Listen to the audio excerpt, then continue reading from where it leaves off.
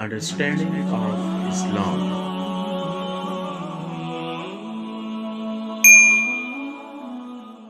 Channel کو subscribe کریں اور صدقہ جاریہ سمجھ کر آگے شیئر کریں. شکریہ. مسٹر ایم اے جناح، میں وضاحت کر دوں کہ میری تقریر کے اس حصے میں لفظ قائد اعظم استعمال نہیں ہوگا. قائد اعظم وہ بعد میں بنے، ایک طویل عرصے تک وہ مسٹر ایم اے جناح تھے. اس کی میں کچھ تھوڑی سی تشریح ابھی آپ کے سامنے کر دوں گا. تو اس دور کے حوالے سے جب بات ہوگی تو میں مسٹر جناح یا مسٹر ایم اے جناح کہوں گا، قائد اعظم نہیں. تو دوسری طرف مسٹر ایم اے جناح تھے جو بیرسٹر تھے، وکیل تھے، اور ساتھ ہی ایک سیاسی کارکن بھی تھے. ان کی شخصیتوں کے بعض پہلو جو ہے بہت دلچسپ ہے، بہت مختصر میں ان کا اشارہ کر رہا ہوں. دونوں بہت ہی یوں سمجھیے کہ قریبی ہم عصر. علامہ اقبال جو ہے مسٹر جناح سے صرف 10.5 مہینے چھوٹے تھے. جناح صاحب کی پیدائش ہو رہی ہے 25 دسمبر 1876 کو، اور علامہ اقبال کی 9 نومبر 1877 کو. 10.5 مہینے کا فرق ہے. مقام جو ہے پیدائش کا اقبال کا تو طے ہے سیالکوٹ، اس میں کوئی اختلاف نہیں.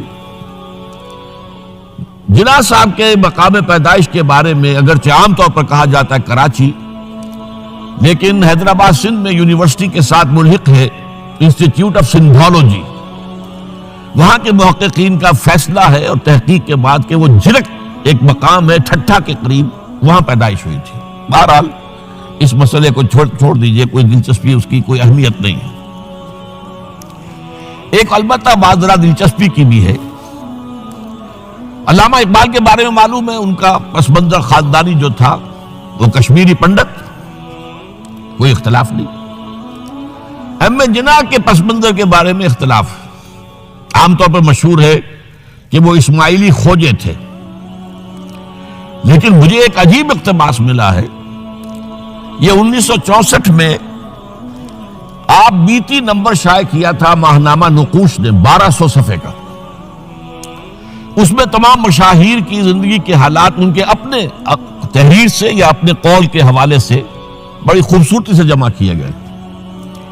اس میں مسٹر جناح کا قول یہ ہے کہ میں اصل میں منگومری کے علاقے کے راجپوت ایک خاندان کی نسل سے ہوں. اس میں میں ان کا قول سنا دیتا ہوں، میرے پاس اس کی یہ فوٹو سٹیٹ موجود ہے.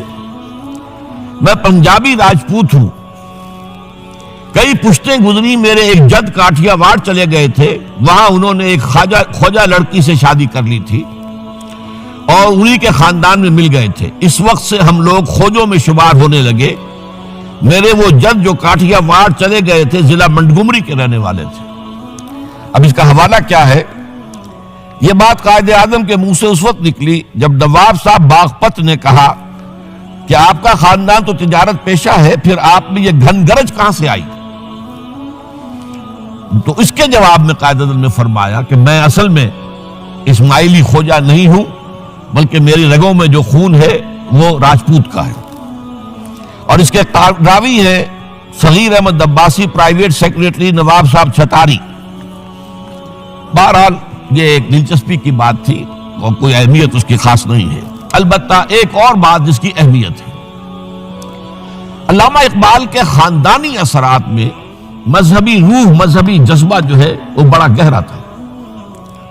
ان کے والد شیخ نور محمد صوفی مزاج بزرگ تھے. نماز روزے کی پابندی والی معاملہ تو تھا ہی 100%، لیکن ان کا مزاج صوفیانہ تھا. والدہ بہت نیک. پھر ان کی ابتدائی تعلیم جو ہے جس ماحول میں ہوئی ہے، علامہ میر کاشمیری بہت بڑے عالم، بہت بڑے جو ہے مدرس، ان کا فیض حاصل ہوا ہے. تو یہ اقبال کی تربیت کے اندر، ابتدائی تربیت کے اندر مذہب کا حصہ کافی تھا. ایسی کوئی چیز محمد علی جناح کے معاملے میں ہمارے علم میں نہیں. جناح پونجا ان کے والد تھے اور ایک عام درجے کے کاروباری تھے، چمڑے کا کاروبار کرتے تھے. لیکن اس میں شک نہیں کہ ذہانت، فطانت، محنت، مشقت میں محمد علی جناح بہت آگے تھا، بہت آگے تھا. اس نے 16 سال کی عمر میں میٹرک تو کیا، لیکن پھر ذرا غور کیجئے 20 سال کی عمر میں انگلستان سے بیرسٹری کر کے واپس آ گیا. 20 سال کی عمر میں, اور آتے ہی پریکٹس شروع کی کراچی میں. کراچی میں پریکٹس نہیں چل سکی, جمی نہیں, تو پھر چلے گئے بمبئی, اور بمبئی میں ان کی پریکٹس جو ہے وہ جم گئی. اب یہاں سے معاملہ جو آگے کا ہے وہ بہت اہم ہے. محمد علی جناح کا مزاج بنیادی طور پر سیکولر اور نیشنلسٹ تھا. چنانچہ 1906 میں جب مسلم لیگ قائم ہوئی ہے, وہ مسلم لیگ میں شامل نہیں ہوئے. ان کا کہنا یہ تھا کہ اس کا نصب العین بلند نہیں ہے, اس کا مقصد اعلیٰ نہیں ہے.